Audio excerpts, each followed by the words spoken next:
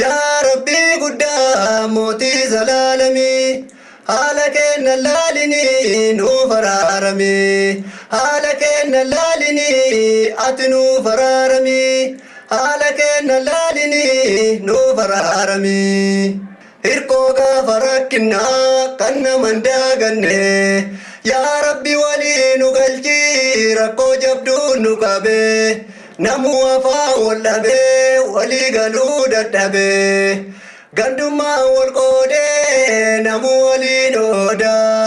atummaan nu qajeelchii akkan gaabbine boodaa yoo khayriin qabaanne gaafiin boruu sun jabaadha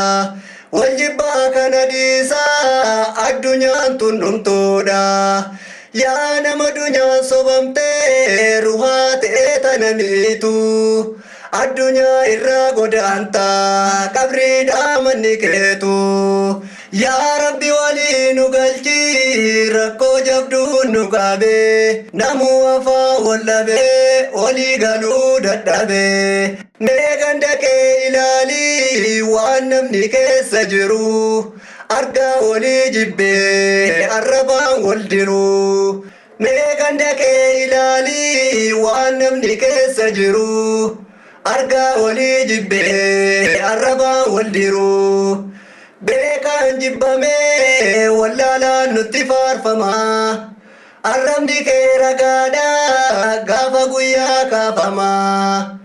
waan rabbiin isaaf qoodee namu riskii ofii nyaataa yaa rabbi nuuraa fi garaa haalli namaa ni ulfaata addunyaan kiraa manaatii ni deemna gaaf tokko keessa addunyaan ammaa dhumatti ta'a kiraa san jabeessa ni deema namuu tokko namaayyuu nafuu osoo of yaadatee silaa gachiise rafuu mee yaadadhu obboleessoo akka jirtu duuti osoo guyyaa hin beekne tasuma dhuftee si fuuti garii fayyaan qabattee garii duuti nurraa fudhattee khayrii dalagadhu obboleessoo yaa nama fayyaa qabaattee har'a malee boruun beektu jabaadhu rabbiin kadhadhu fuuldura kee jirti duuti ibaada rabbiitti jabaadhu